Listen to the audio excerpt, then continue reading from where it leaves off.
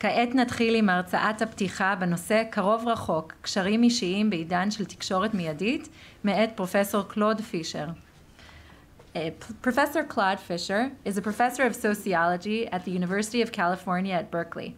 Most of his early research focused on the social psychology of urban life and on social networks, and in recent years, he has worked on American social history with an emphasis on social and cultural changes since colonial times. He was the founding editor of Contexts, the American Sociological Association's magazine of sociology for the general reader. He's a member of the American Academy of Arts and Sciences, a fellow of the American Academy of Political and Social Science, and of the American Philosophical Society. At the end of Claude's lecture, Professor Alex Weinreb will join him on stage and moderate the discussion with the audience. Professor Weinreb is research director at the Taub Center. He is a professor in the Department of Sociology and was the founding director of the Health and Society undergraduate major at the University of Texas at Austin. Prior to his move to UT, he was a lecturer in the Department of Sociology and Anthropology at Hebrew University. Professor Weinreb is a social demographer whose work has focused primarily on population change in developing countries. Professor Claude Fisher.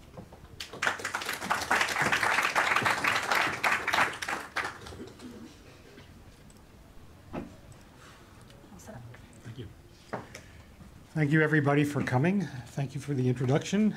I also want to give a special thanks to the staff, to Susie and Hedva. There was a big adventure in trying to get me smuggled into the country.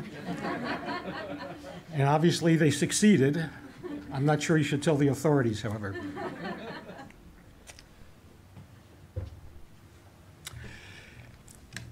So I want to start my presentation with a little bit of humility. When we social scientists try to decide, tell you what is happening and why it's happening and what's going to happen, we should look back and see what we've said before. So here are just a few examples of kinds of statements made about technology in the past. That the telegraph is going to bring the kinship of humanity, 1881. That the telephone will abolish loneliness, 1890s. And many people over many decades have said that the mail, the telephone, the automobile, the radio, the movies, all these technologies were finally going to keep young people on the farm. So with that caution in mind, let me tell you what I will talk about. I'll mention my charge, what I've been asked to discuss, which is, I quote, long-term trends in social relations, shared space, and co-presence, and how COVID-19 may have accelerated a paradigm shift to more distant modes of interaction. That's the topic I was assigned, and I've tried to work on that. Now, what is the long term? For me, in my role here, I think the long term is the last 50 to 150 years, depending on the evidence available. Before COVID, up to COVID, I'll hope to have time left to talk some specifically about COVID. Mainly, I'll be talking about the West, Western history, mainly about American history, because American history is what I really know. I'll try to add European information when possible, and occasionally there'll be just a little bit of Israeli material. And I'm sure that over the course of the day, there are scholars here who will tell me what I've missed in the Israeli material. The slide shows you the topics I'll be dealing with. I'll be spending some time on the topic of dealing with distance. That is, how have modern peoples dealt with the issue of geographical separation? And then I'll talk about specific aspects of that dealing with distance. And then I'll talk some about the quality of social bonds in the era of high technology. I'll talk about the role of technology and how to think about the role of technology. I'll ask about COVID, and I'll end with some closing thoughts. Dealing with distance. That is, how have Westerners increasingly over time dealt with the issue of geographical separation? In the first part of this discussion, I'm going to talk about moving. That is, specifically people moving from town to town or region to region, changing residences. This is the major dynamic or a major dynamic that makes distance a cost when people have moved apart from the important other people in their lives. It creates a barrier, potential barrier. Now, one way that people have dealt with distance is to minimize that distance as much as possible by not moving. And historically, one of the great historical changes is that the possibility of not moving has increased over historical time. Now, it's quite a popular belief that modern life has entailed more and more residential turnover, more and more moving around, and an increasingly restless society with people who don't have any roots. I've been able to, over many years, write over and over again the same article that says, you know what, that's wrong. The historical truth is exactly the opposite. And here I'll present some American data. What this graph shows you is the proportion of Americans who moved each year, starting roughly in 1850 and going all the way to 2019. Now, we have very good data for the early, oops, I'm hitting the wrong buttons here, sorry. We have very good data for the later part of the series, 1948 on, and only vague data for the earlier part of the series. So I've sketched out a rough estimate of what the trends have been. And the basic trend is that over the course of the last several generations, Americans have moved around less and less. In fact, that trend has probably accelerated most recently. Americans have settled down. Now, that's the American data. What do we know about other countries? There is some data from Europe that says that it's generally been the case that in Europe, people are moving people are moving as much or less often than they did in decades past. So there seems to be a trend toward more stable lives also in Europe. I think this is a general trend in Western societies. Of course, there will be some exceptions. Now, the question then is why? Why have people settled down? Especially, why have people settled down in a world in which you have all this technology for travel and all this technology for communications? Some economists have argued that particularly in recent decades, people have stayed in place more because the job market is less differentiated by location. If the basic job market is the same, the East Coast, West Coast, Middle West of the United States, why move? But I think there's a more general point that goes back much farther into the 19th century. More people have stayed put because more people can stay put. That is, I would argue most people have a taste or a preference for staying where they are living, and the historical changes in Western society have made achieving that goal increasingly possible. What are those changes? Greater physical and economic security for the most part. We have to realize that in the past, most people moved because they were pushed to move. There was drought, which made them leave their farms, factories closed down, poverty, fires, war. Overwhelmingly, moves were the result of coercive situations that forced people to move. And modern life has become much more secure, especially for the working classes. And on top of that, security, which for me is the major explanation, there is the technology which makes it easier to stay put. We think again of the technology as making it easier to move, but I think we should think about a way in which technology makes it easier to stay put. In any case, the general trend, I think, across Western nations, certainly with some exceptions, is that people are moving less and less. Now, this has some implications, and I just want to suggest two of them. One implication is economic. Economists worry that people don't move enough, and therefore it makes the market less efficient. But from a sociological point of view, I would just want to point out two things. One is that we have a situation where the daily distances that people cross in their personal lives every day have increased. Now, we know that. People commute farther and farther to work, for example. People travel to more distances more easily for recreation, and so on. But at the same time, this is combined with less lifetime moving. The consequential moves of a lifetime have been reduced because people move much less often than they used to. And a second consequence, which I'll come back to a couple times in my comments, is the rise of place over space. That is, we're paying a lot of attention these days, and we do pay a lot of attention to the question of spatial distances, how far spaces are apart. But that's just one aspect of the geography. The other part is the specific place. And I think we are going to see, both in terms of what I just mentioned, that is people moving less, and also in terms of what we'll see as I go on to speak, that there's been an increasing ability for people to emphasize place, just where do they want to live, over the issues of space, which is worrying about how far they are living from their work, their friends, their family, and so forth. So we know that it's become increasingly possible for people to emphasize the place that they live over time. It used to be, for example, in the 19th century, we have good data on this, that if men changed jobs and the new job was just a couple miles from their homes, they had to change homes as well to follow their jobs. And now, of course, you can change jobs over an entire metropolitan area without having to change your home. The place has become more emphasized and more, in some ways, more sacralized. Continuing to discuss how people deal with distance.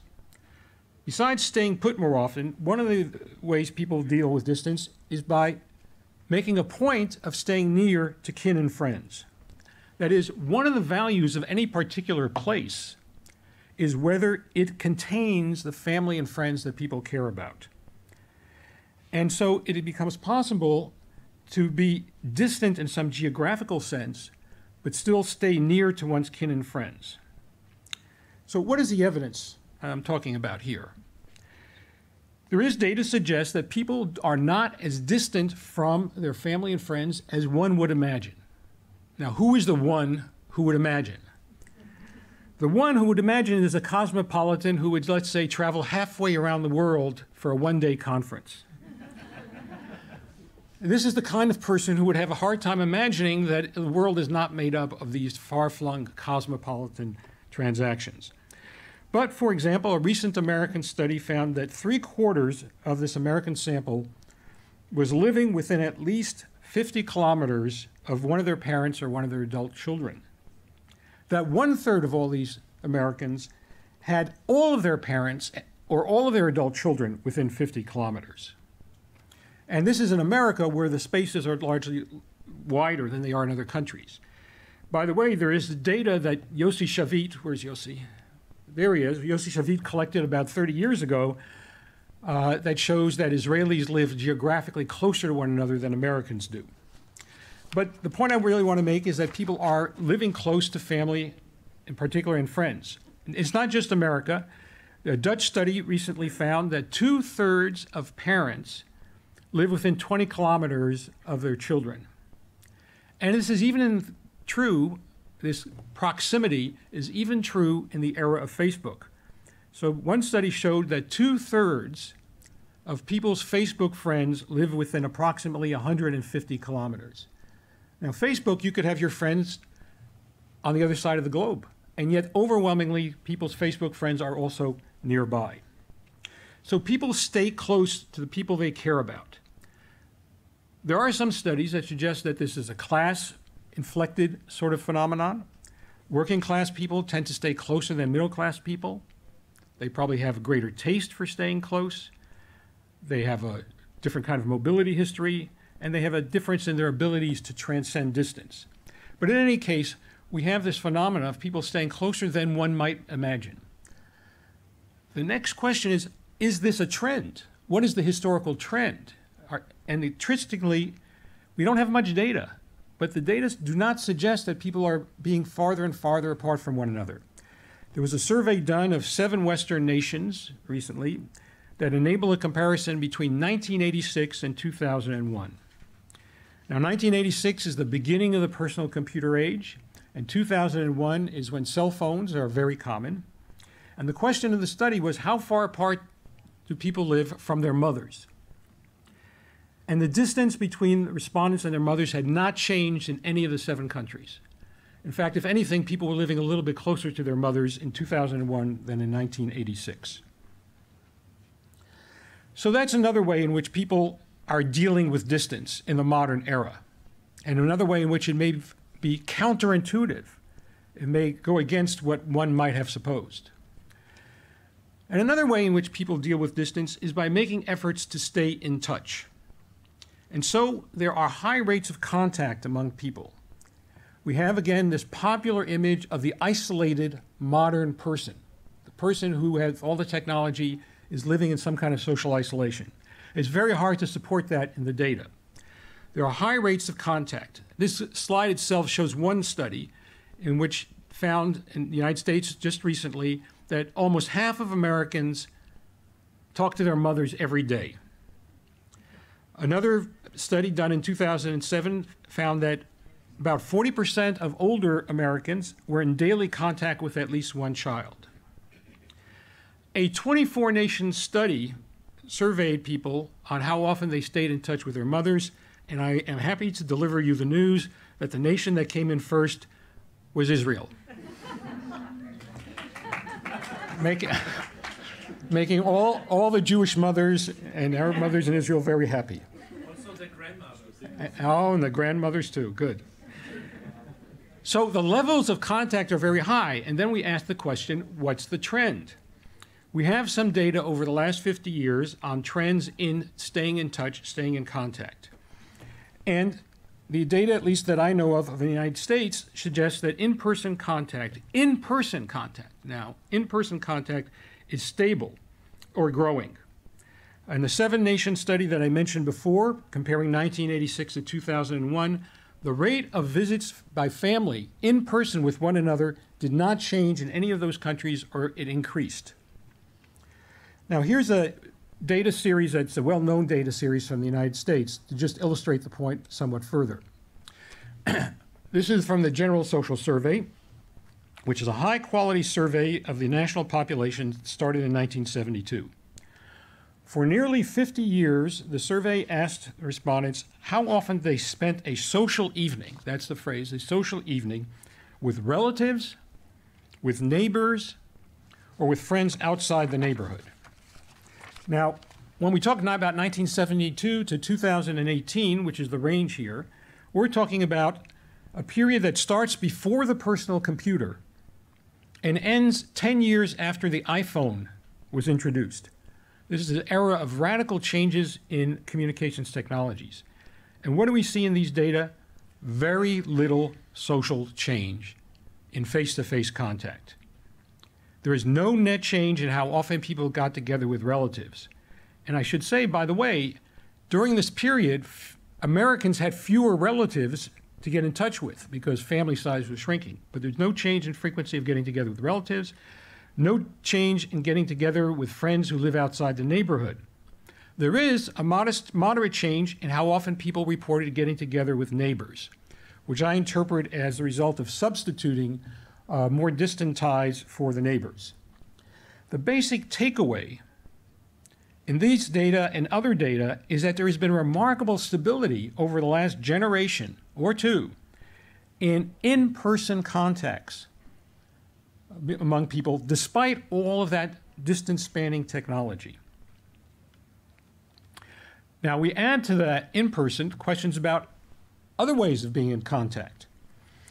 And it seems quite clear to us that the studies would tend to show more contact if you add in all sorts of multiple ways. Not all the studies do, but the major thrust of the research is that when you throw in talking to somebody on the telephone, SMSing, and so forth, that the total volume of contact, let's say among family members, has increased.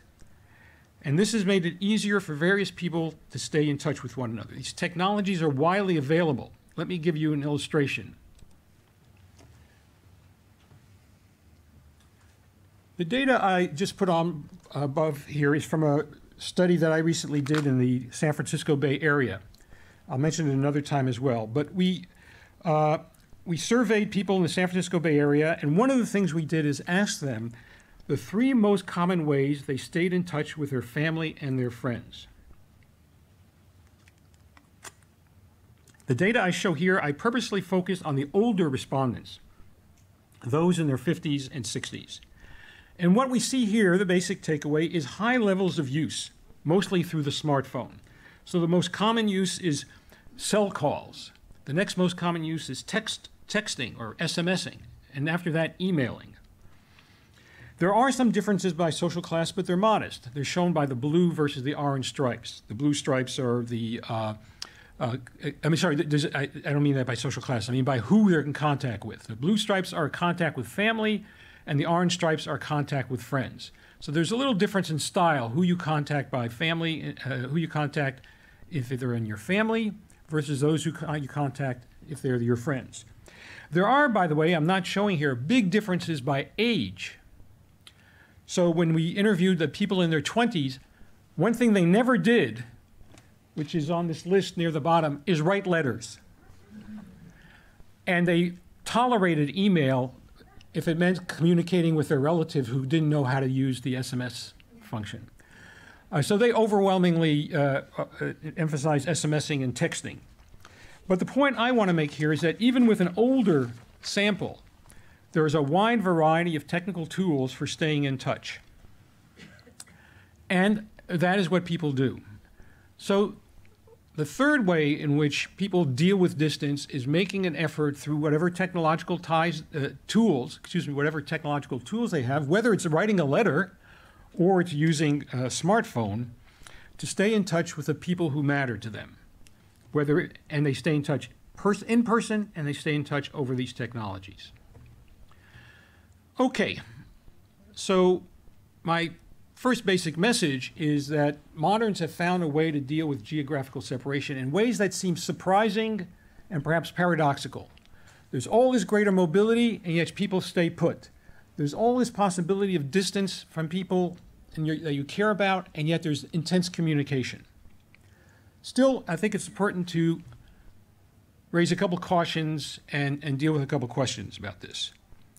Distance has been compressed, it's been dealt with and handled increasingly well, but distance still matters. It has not gone away. And it still especially matters to those who are less educated and less affluent. We saw that in the preference that people have to be in the same place with family and friends. That is, if distance didn't matter at all, they wouldn't prefer to be near one another. So it matters some.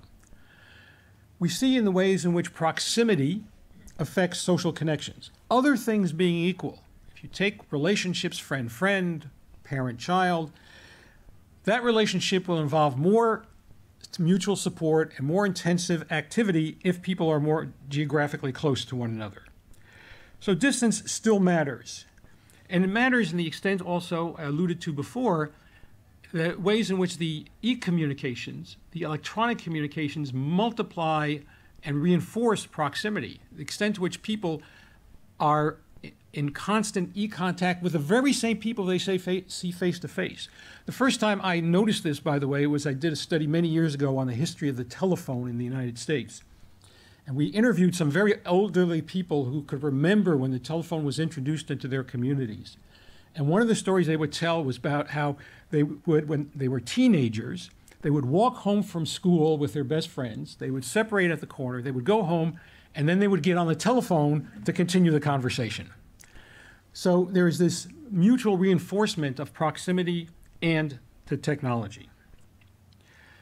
Another point that is often raised in this topic is a question about the quality of these social ties. That is, the question is often raised, well, these ties that are mediated electronically, they just are thinner, less intimate, and less rewarding than face-to-face ties. And there has been some research on this, and the short answer is there's little evidence to support those claims. If anything, data suggests that modern social ties are more intimate, more about feelings than our traditional social, quote-unquote, traditional social ties. Some people have referred to the feminization of social relationships, by which they mean the extent to which women have convinced their husbands that, yes, you have to talk about your feelings. And we have actually some harder data on this. There have been studies done of divorce applications, going back to the late 19th century and early 20th century. And it's very clear in the data, at least the American data, I think there's also some British data, that as time went on, women filing for divorce stopped complaining about things like he doesn't bring home any money, he beats me, and started complaining about things, he doesn't talk to me, We can't share our feelings. The intimacy is gone. This is just some of the evidence that what we've actually seen as the new technologies have arrived, not a thinning of social ties, but actually an enriching, in some ways, greater intimacy of social ties. And part of that story is that modern ties are more often chosen social ties. That is, in earlier historical situations, people were more often compelled to be in social relationships with others, whether it's with family, or with neighbors, or members of the tribe, members of the village. And one of the features, increasingly as you enter into the modern age, is that people's ties are chosen. And therefore, they can be done on the basis, the ties can be made on the basis of personal interest, personal taste, and rewardingness. Now, before I close that point, I do want to add a caveat. It would seem to be a good thing that people are free to choose or not choose the social relationships they are in. But there's the other side of the coin. That is, if you are not forced to be in a social relationship and help somebody else, neither is that other person forced to be in a social relationship and help you. So it cuts both ways. Related to this concern about the quality of social ties has been a concern about the topic of loneliness. Even before COVID, there was a lot of discussion in the United States and the UK, and presumably some of it spilled over to Israel, about a quote-unquote epidemic of loneliness. That somewhere in the 2000s, late 2010s, we had encountered as a society an epidemic of loneliness.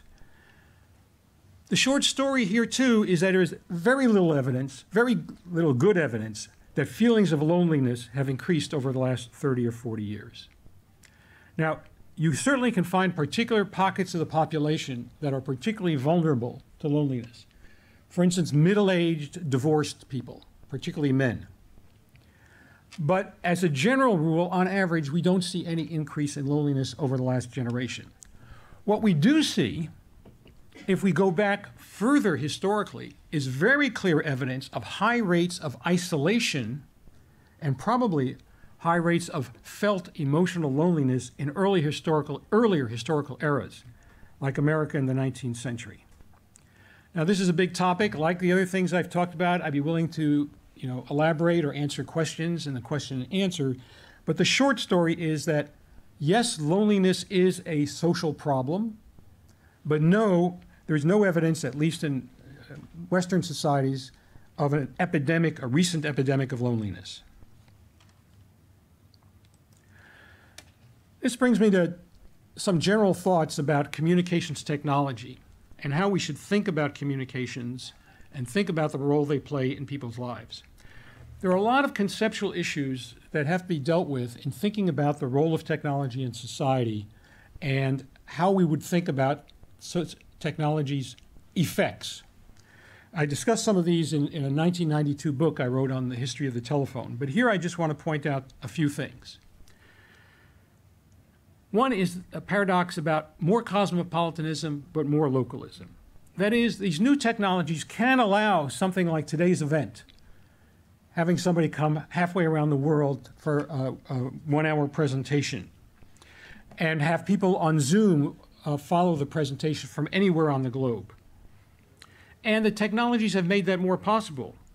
The study I mentioned a couple times before on people's contact with their mothers in 2001 found that if you compare countries, the more mobile phones had spread in a country, the more contact people had with their mothers.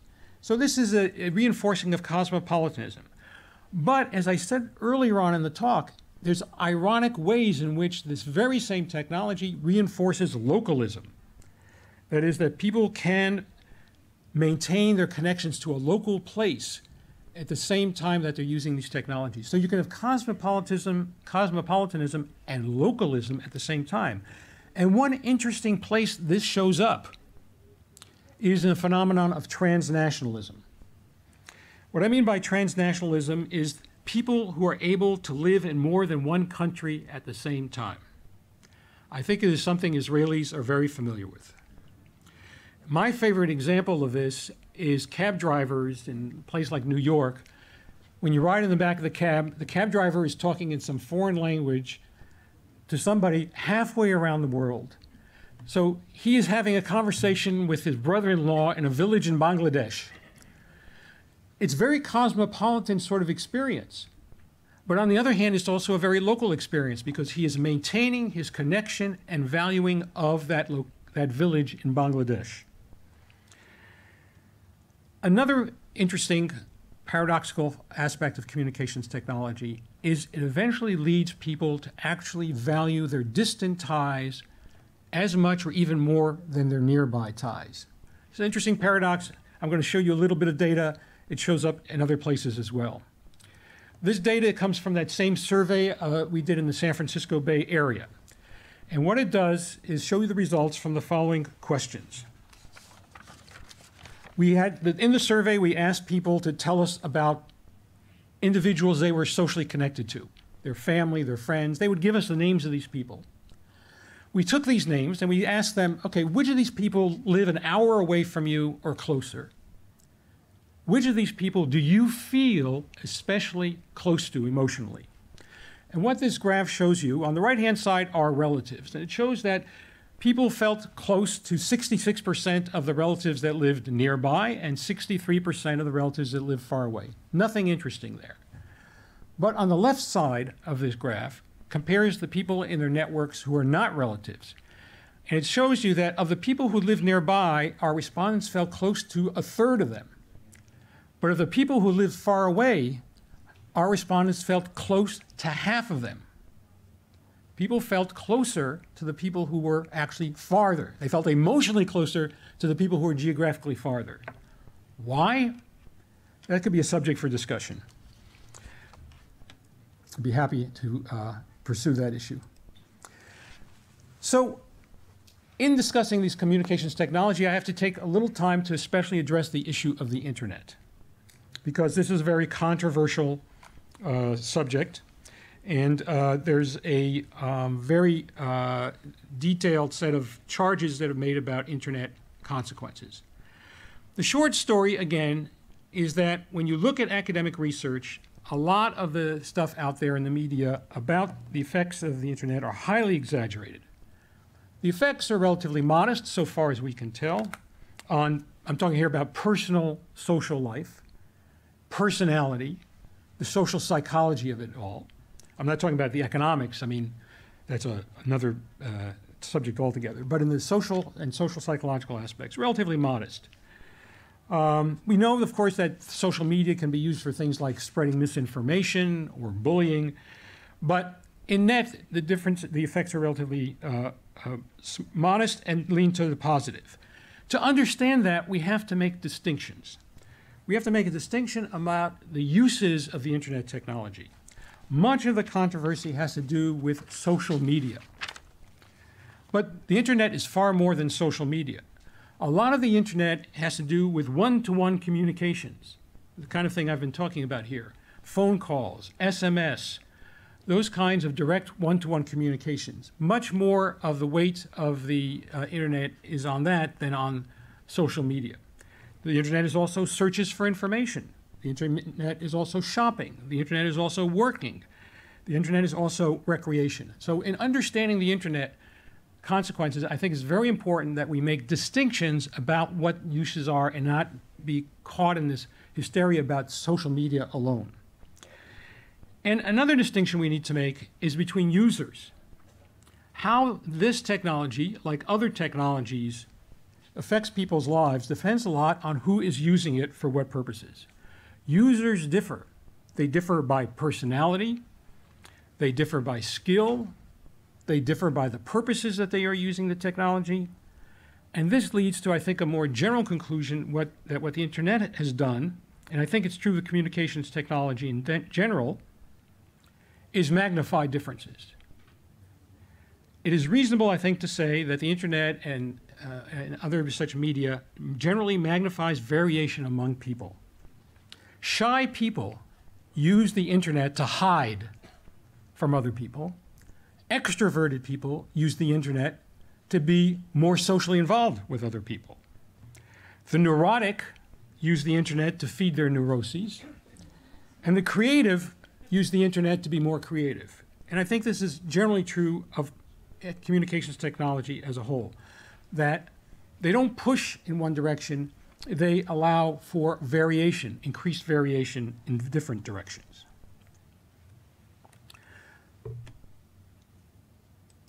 Now let me turn, how much time do I have left? 12 minutes. Plenty. Let me talk then about COVID-19. We're still in the COVID era, and so we're only starting to learn what this experience has meant for people. The way I think about COVID is I think of it as a grand experiment about the role of space transcending technology.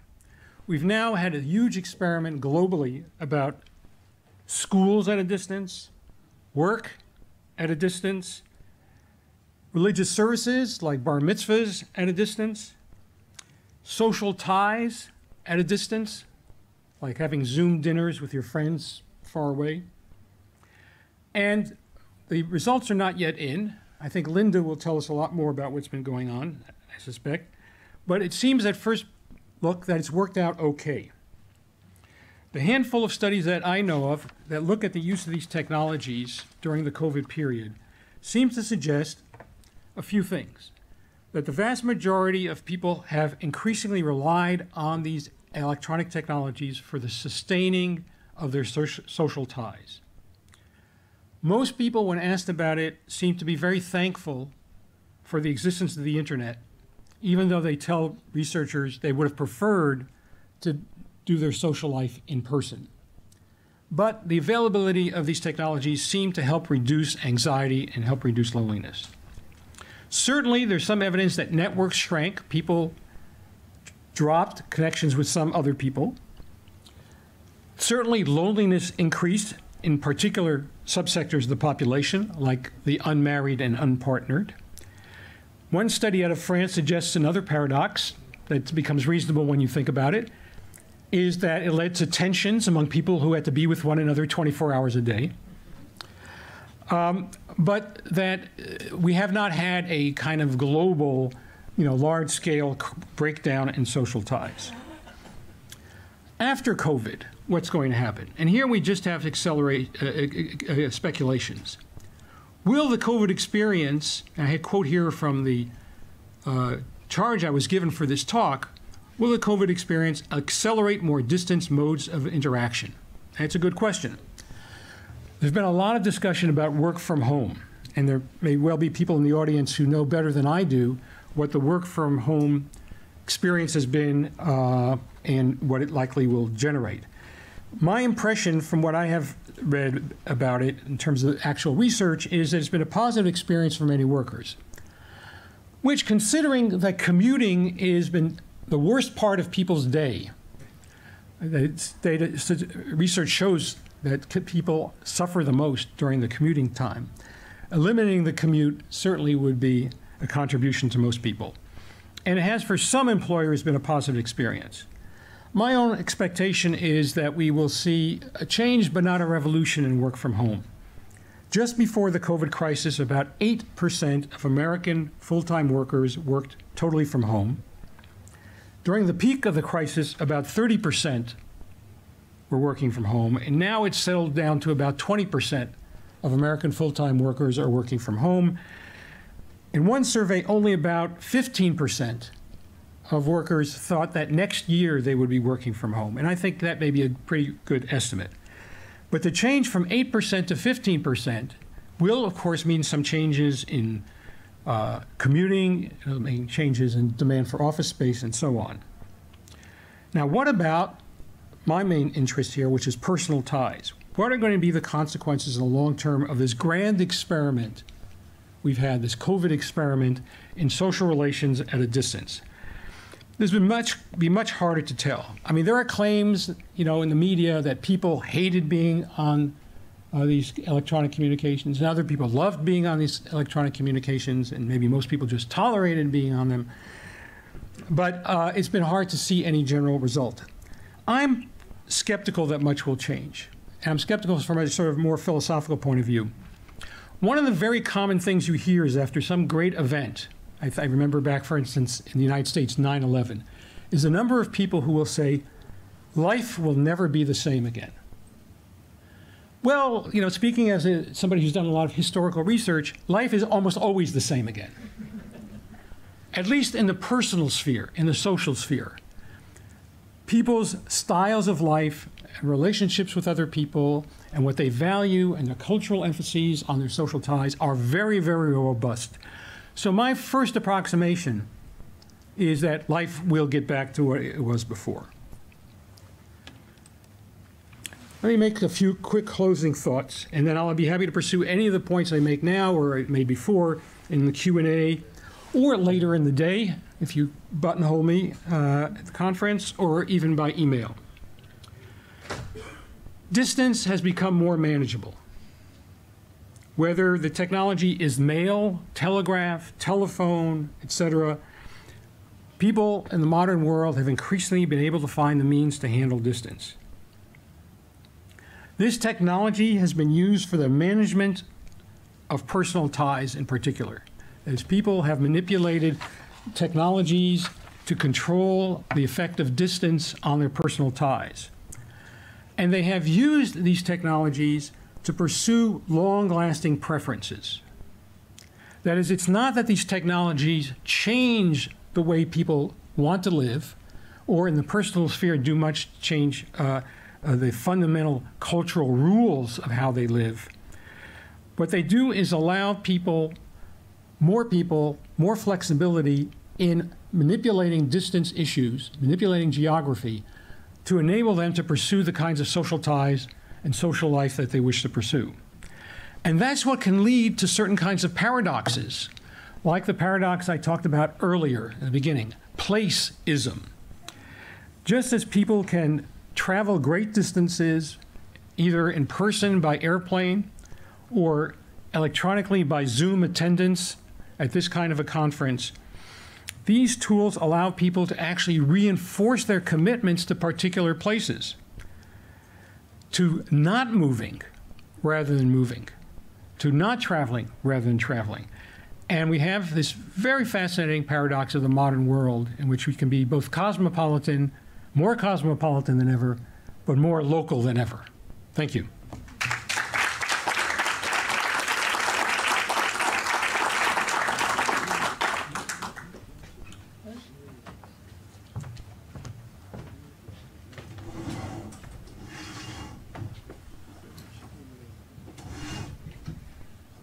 So thank you, Claude. Fascinating. We are going to switch to the Q&A now, and I already see budding hands, so I'm going to hold off from the many questions which I have and go straight to you guys. The first hand I saw was Nadav. Nadav, are we doing this with the microphone? Okay. Wow, thank you. Is it working? Yes, working? No. No? Okay. Thank you so much. This was fascinating. I have too many questions, but maybe two of them. One, especially now that we are with Taub Center, we're very interested also in inequalities. You mentioned some of them. So I think that I agree with many of your observations. But sometimes, even if you, like you showed that, you know, movements are down from 30% to 10%, but these 10% now can be in a much worse situation than, you know, in the 19th century when the new frontier or whatever. So if you can tell us a bit, because many times you show just average, and without differentiating, I think maybe we're missing a lot. And this is related to my second question or comment. I'm working quite a lot on health and migration, and now with this week that we're talking about climate change, I must tell you that we already see lots of movement. You spoke about the US and you mentioned it, and I think in our global context, we must take into account the whole question of environmental refugees and all of that. This is going to influence Israel, for example. It's already influencing Israel and other countries, so if you can speak about these two things. Thank you. Okay. Is this on? Yes. Okay. So thank you for asking that question, those questions. The question about inequality. In the writing about the consequences, the causes and consequences of residential mobility, so I'm talking about internal migration, you might say, not external migration, it's always important to differentiate the reasons for the move, circumstances of the move. And I've argued there are the forced moves and the desired moves. And the ratio between those has changed over time. The degree to which people are forced to move has gone down historically. And the extent to which people will move for positive reasons, let's say to retire to Florida, has increased. So there's been a radical change. Now, within the remaining moving population, there are great inequalities. The forced moved people are, usually lower social class, have less resources, are often evicted from their homes and so forth. So that is a social problem. I would not agree that it's more of a social problem than it was in the 19th century. I mean, the real life consequences of circumstances there on moving, where people had to basically put everything they owned on their backs and walk down the road, where the situation has improved. But there is a real issue of inequality there that remains, and it is connected to whether the moves are forced or desired. So I don't want to gloss that over. So I appreciate your point about inequality. It certainly exists. But I think in all consequences, the numbers of those have gone down. In fact, you will read I don't mean to attack economists. You will read economists. No, it's perfectly okay. You can attack economists. You will read economists who complain about social programs in the United States that make it so easy for people to stay in their communities. Unemployment insurance, for instance. So you can stay there, and the argument is if the government didn't do that, these people would get up and they'd move to some place where there was a job for them. How true this is another issue. But it has become easier to stay in place, even for those at the bottom of the social hierarchy. Now, the other question about mass migration, I didn't want to open up that can of worms in my talk. They only gave me 45 minutes. So I do think that the era of great mass migration historically in the United States was in the 19th, early 20th century. And there that fueled some of the high levels of internal migration were fueled by immigration. So the typical story is Yankel gets off the boat in Ellis Island, stays for a month with a cousin in the Lower East Side, then moves to Chicago, and so contributes to some moving that way. And that era is gone. But you may be right that we are going to see the era of new large mass migrations that are climate driven. And a lot of that now is, up for grabs. I don't have a crystal ball to see how much that will be and what they will be, but I certainly agree that is certainly an issue that it's going to change. And so it may show up. I mean, we do have the experience of refugees being placed who then make another move. So very common in the American case, let's say refugees from Cuba, refugees from Vietnam. They're located by the government in one place. I think the Israelis are very familiar with this. And then they decide they don't like that place, they're going to go where their cousin is, right? And so you create these secondary moves within the country. So we may be seeing a big change in that regard over the next generation. I mean, I'm just going to add in one little factor there as well. I can't help myself, and I didn't ask a question because you guys, you raised your hands too quickly. Many of the countries which will be sending countries for environmental their fertility has come down. They are heading into negative growth. So the population pressures will be a little bit less as well. But I'm going to leave it there. It's Miri. Let's go to Miri next. Professor Fisher, that was fast. Oh, wait, sorry. So everybody can hear you on the question.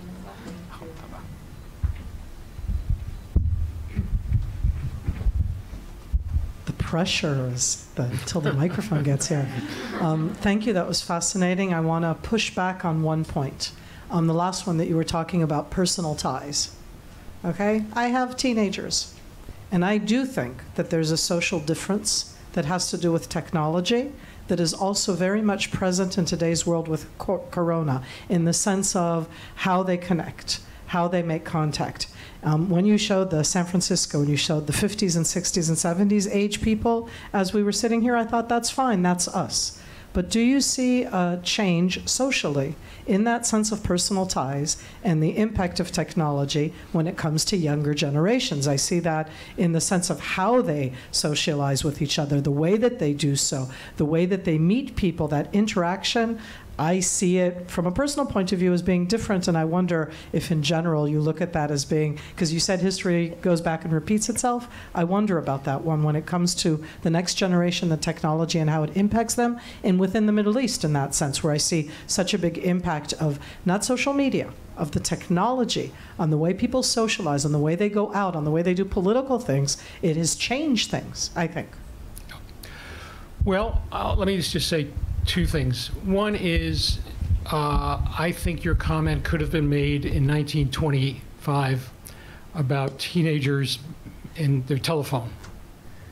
That is, this is not an uncommon sort of, if you read the literature on the early history of the telephone, which I read a tremendous amount of, complaints or commentaries about how young people were substituting the telephone, were on the telephone all the time. So for example, I gave you that anecdote about the high school students who would talk on the way home and then get on the phone and talk some more. So I think this is not unprecedented. That generation seemed to survive the telephone. You know, I think one of the features of the mobile phone, which is really dramatically different, is that it's always there. You don't have to go home and get on the phone. And you can never get out of it.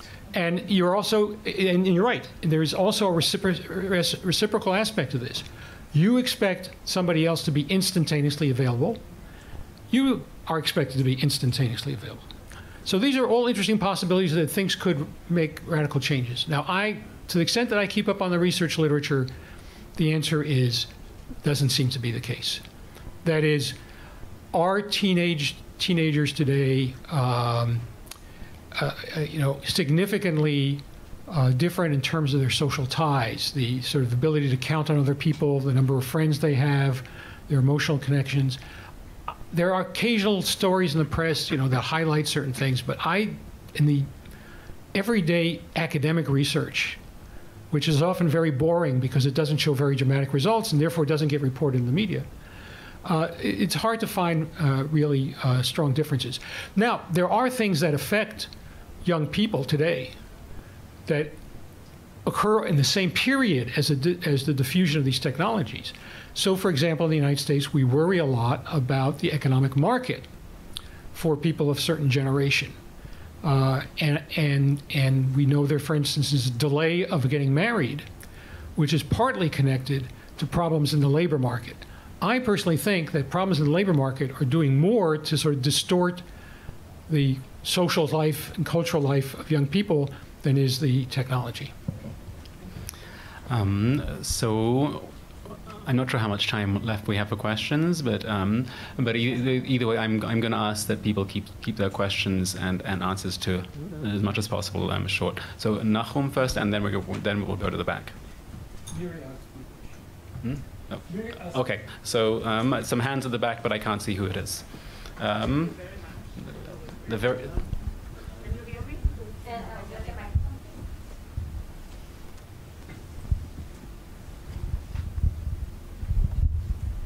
Thank you very much for a brilliant presentation. It gives me a lot of food for thinking. Hold it close to your mouth. Okay.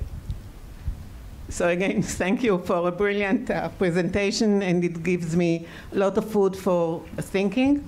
I would like to ask you if the Jewish people are exception, starting from what Avi said about Abraham traveling to Israel and so on, and the diaspora and all that. So are we really an exception in terms of what you said about distance and communication and so on?